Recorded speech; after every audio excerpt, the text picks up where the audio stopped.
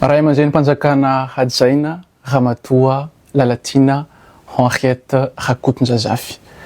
Manao an'ity vidéo ty ny tena koa mahakasika ny resaka projet base tuliara satria vao tsy ela zay ianao nasaina ka naneho ny hevitra anao tamin'ny fahitalavitra. Ny tena moa na dia mbola hoe za malemy tsy afaka manao na inona loatra dia miezaka manjay anjara-pitenenana ihany satria amin'ny maha tanora avy any Tuliara dia mahatsiaro tena hoe concerné foana rehefa mandopatra ity resaka base tuliara ity. Mahakasika ny vokatra économique, culturel, environnemental, social ny projet base tuliara efa naneho hevitra za amin'ny maha économiste na fa androany kosa angle hafa no itonjako an'ity vidéo ty dia amin'ny maha kristianina katolika ny tenako sy ny tenanao. Tsaroako, tsaroanao, tsaroan'ireo olona manaraka ny pageko fa nisy fotoana ianao tao anatin'ny fitiavana sy fanetretena nitondra anatra ho ahy en public tamin'ny alalan'ny commentaire. Niteraka hafaliana ho an'ny olona maro zay commentaire anao zay satria nijoro ianao hoe isika kristianina katolika hozy ianao nampianarana ny sy ny sisa. Nahafaly anay iny ary nitondrana fankasitrahana manokana ho anao. Ka hoy ny razambetsika malagasy ny fitia mifamaly mahatsara fihavanana ka irariako mba ho vokatsoa ny hoentiny fa tsy ny mifanohitra amin'izay ary tsy ho anao irery ihany fa ho an'ny olona maro be satria maro isika kristianina katolika mijoro hoe katolika manitsaka eglizy manona ny anaran'Andriamanitra etsy sy eroa fa saingy tsy mifanaraka amin'izay ny zavatra ataotsika eo anivon'ny fiarahamonina. Eny, lazainareo hoe mitsara olona za, mety lazainareo mipetraka amin'ny plasin'Andriamanitra za. Tsy maninona etikety efa omenana isan'andro zany ka raisiko ankafaliana fa izao kosa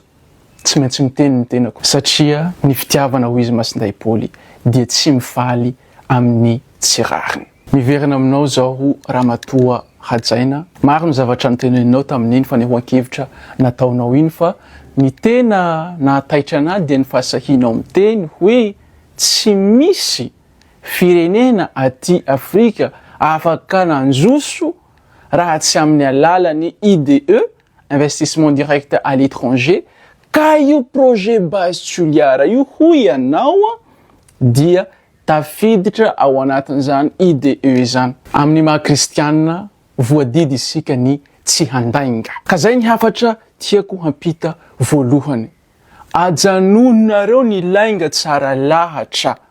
Aza ampiasainareo ny intelligence nareo hamotehanareo le toe-tsainy vahoaka efa potika noho ny tsy fahampiany fahalalana ao aminy. Aza omenareo information diso tompoko le vahoaka raha mba ao amintsika mitempo amintsika zay minimum de conscience amin'ny maha kristianina izay. Mba tsy affirmation gratuite ny zavatra teneniko dia ho porofoiko aminareo zay mihaino ny antony tenenako hoe lainga tsara lahatra iny nataony Ramatoa Hajaina iny. Satria maninona?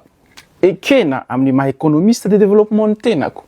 fa mampanjotso ny firenena anankiray tokoa. Izany hoe anisan'ny facteur mampisy ny développement eo amin'ny pays anankiray ny IDE, investissement direct à l'étranger. Miteraka emploi io, miteraka effet d'entraînement io sy ny sisa tsy ho voatanisako eto. Donc marina lay tapany voalohany ao amin'ny phrase no teneniny hoe anisany mampanjoso ny firenena ny IDE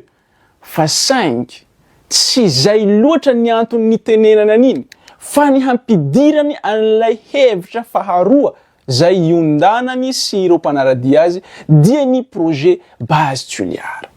De satria fantany olona fa isika vahoaka malagasy tsy manana capacité d'analyse dia anaovana lainga tsara lahatra dia amizay resy lahatra hoe ay ve marina zany zavatra zany ka mais non tsy marina zany. Ny investissement direct à l'étranger ampiarahinao amin'ny exploitation minière manome biby anankiroa mifanipaka ireo ny conséquences économiques aterakinao biby anankiroa mifanipaka tsy mitovy. Donc raha tsy manana capacité d'analyse isika manaiky be fahatany ary fantany le olona miteny fa tsy manana capacité d'analyse nivoaka malagasy na ankabetsahany de zay mahatonga anazy misy permettre maneho hevitra hoatran'izany. Tsy affirmation gratuite ny zavatra teneniko satria na tsy économiste ianao fantatrao tsara ny fahamarinana ny zavatra teneniko. Izy moa ny malagasy maharaka réseaux sociaux ka tsy afantatra ny hafanam-po fitiava-tanindrazana tao amin'izany madame Lalatina zany tamin'ny fotoan'andro ny mahakasika ny projet ny soa mahamanina. Ka rehefa projet ny Tuliara ve le izy de ataontsika soa tsy mahamanina, soa tsy ombonana.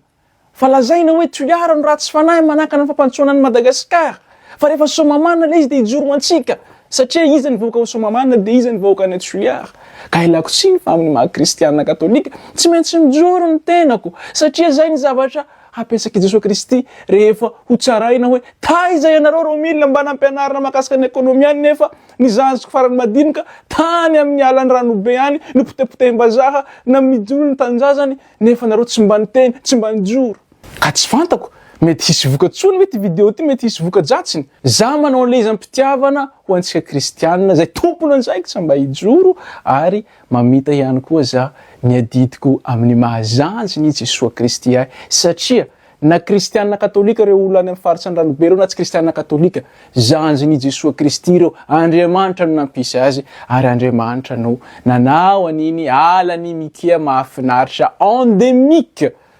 de Madagascar.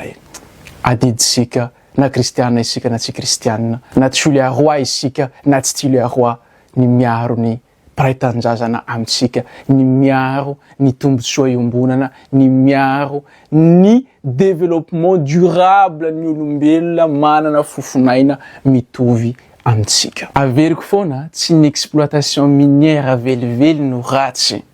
fa mialohan'ny hirosona amin'ny exploitation minière misy base tokony mipetraka eo zay vo afaka antenaina fa hitondra fanjosona ho an'ilay firenena hiditra aminy ilay exploitation minière. Mba tsy halavan'ny vidéo tonga de teneniko ianareo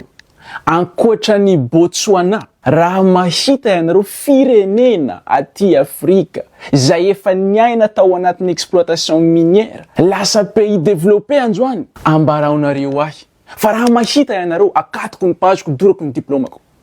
mba ilazako aminareo fotsiny fa tsy affirmation gratuite no ataoko eto fa fampitako fahalalana aminareo mba tsy ho voafitaky ny olona ianareo amin'ireo firenena rehetra any Afrika zay miankina bebe kokoa amin'ny exploitation minière fitsanjana ny arena kibony tany de i Botswana irery any no afaka tenenina hoe nahita développement avancé kely mahakasika an'izany zavatra izany satria maninona misy antony ao fa aza tonga de miteny hoe maninona Madagasikara no tsy anjoso zany raha ohatra Botswana nanjoso simple be Botswana zany any anjanjay ny Banque mondiale sy Transparency International amin'ny resaka stabilité politique manomboka tamin'ny indépendance tamin'ny 1966 Botswana mbola tsy nahafantatra coup d'état mazaky ty androany anisan'ny firenena ahitana taux de corruption ambany indrindra amin'ny firenena afrikanina i Botswana. Ka normal ao anatin'ilay bonne gouvernance raha nahita ny économie de Botswana fivoarana ny exploitation minière zay mifototra bebe kokoa amin'ny fitsanjahana diamant. Ka raha firenena mahantra i Botswana taloha ankehitriny izy lasa pays à revenu intermédiaire supérieur satria nandeha ny investissement makany amin'ny éducation makany amin'ny infrastructure rano lalana électricité sy ny santé publique dia ao anatin'ilay stabilité politique sy bonne gouvernance zay voasarika ny IDE mandeha any a Botswana. Ka mety hanahoana raha Madagasikara miditsy amin'ny exploitation minière amin'ny alalan'ny projet base Tuliara satria mahazo tsiny ny vahoaka ny Tuliara hoe ina ny bloquevanareo an'io nareo fa tsy te hanjoso zay fa tsy hamerimberina tsony ny kany Ambatovy sy ny QMM fantanina mipesaka de hoe hitovy amin'ny Botswana fe Madagasikara manomboka tamin'ny indépendance Madagasikara firy ny coup d'état nisy ao ahoana ny qualité institutionnelle tsika ao Madagasikara ao ahoana ny resaka bonne gouvernance ao iza no mandidiny firenenao de ahoana ny resaka démocratie sy ny sisa reo aloha le base mila jerena zay no afaka hiteny hoe hitondra inona ty zavatra ity ka ialako tsy ny tompoko fa raha ny situation ny Madagasikara no dinihina raha eritreretintsika hoe hiankina amin'izany exploitation minière izany Madagasikara dia tsy fampanjosoana velively no hisy ao Madagasikara, tsy Botswana no alainy tahaka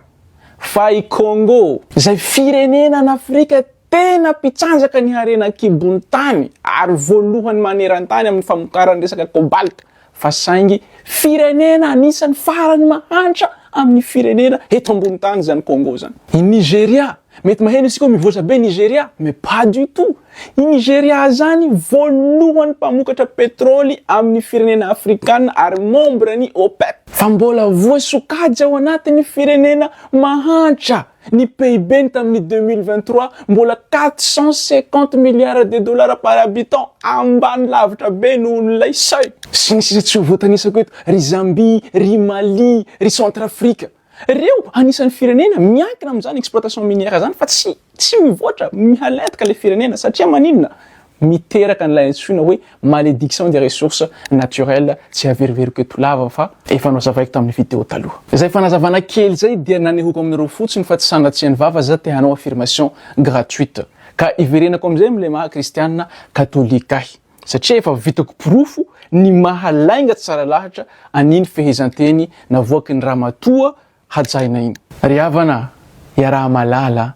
fa rehefa ny olona eo amin'ny pouvoir izay le tompony fahefana miaina ao anatin'ny tsy fahamarinana, sarotra amintsika izay miankiankina amin'iny pouvoir iny ny hanohitra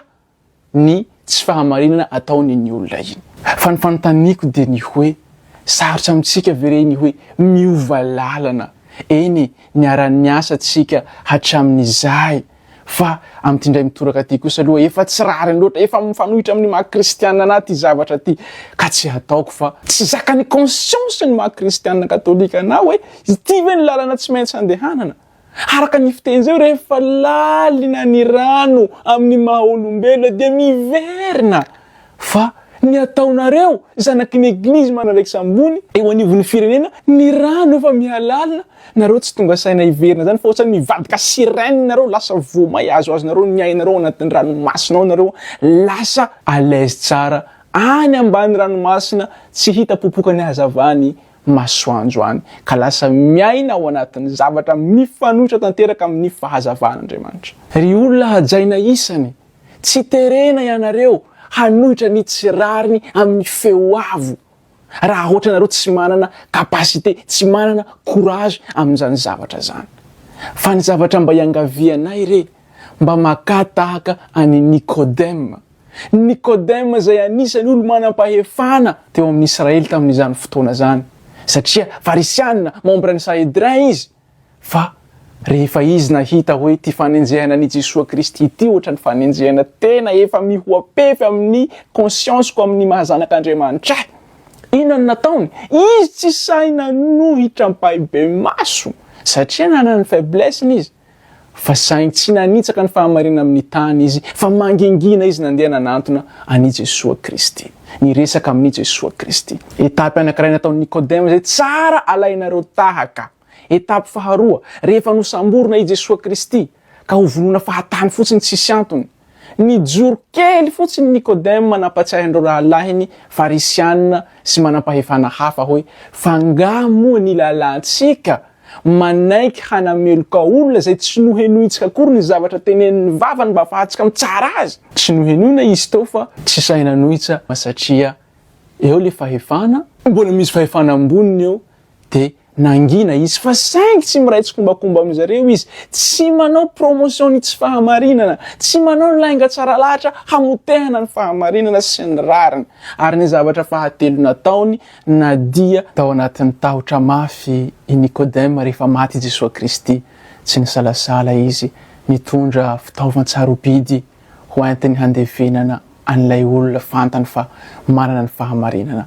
dia nanolotra mire sy aloe 30 kilo izy. Zavatra lafo vita amin'izany fotoana izany. Tahaka an'izany koa i Joseph d'Arimathie. Natahotra ny jody izy tsy sanipoitra mpahabe maso hoe za dia mandala ny fahamarinan'i Jesosy Kristy, mankatoa ny fahamarinan'ny ty olona ty. Mangingina tany fotsiny izy, tsy manao ny ratsy, tsy miraitsy kombakomba amin'ny ratsy, fa saingy tsy nanana courage hanoherana ny ratsy amasom-bahoaka fa rehefa voafantsika i Jesosy Kristy teny aminazy fitsaliana io Joseph d'Arimathie io nandeha nananto any Pilaty matoa izy mahavita mananto any Pilaty olona ambony izy fa tsy olona fahatantany zany mahavita miresaka amin'ny Pilaty zany fa zany natao nampiasainy ny fahefany ny resahany amin'ny Pilaty hoe afaka alainay ve ny vata mangatsika ny Jesosy Kristy izy sy Nicodème zay samy olona ambony